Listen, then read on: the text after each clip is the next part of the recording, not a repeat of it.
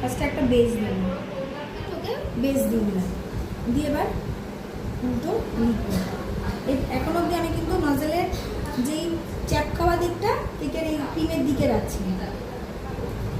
এই এই হয়ে গেল ওর বেসটাই বানালাম এত কীর্তি করে। আর এইবার আমি ওর পাপড়িগুলো বানাবো। কীভাবে বানাবো? উল্টো সিয়ে আনছি,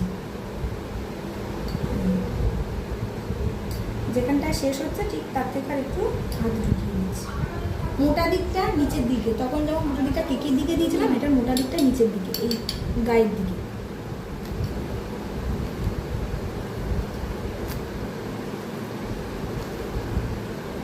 হচ্ছে এবার আমি একটা বীজ দিতে হবে, যেটা ঠিক এর নিচে বরাবর তুলে নিলাম, বেসের উপর কাটা চামচিটাকে রাখবো।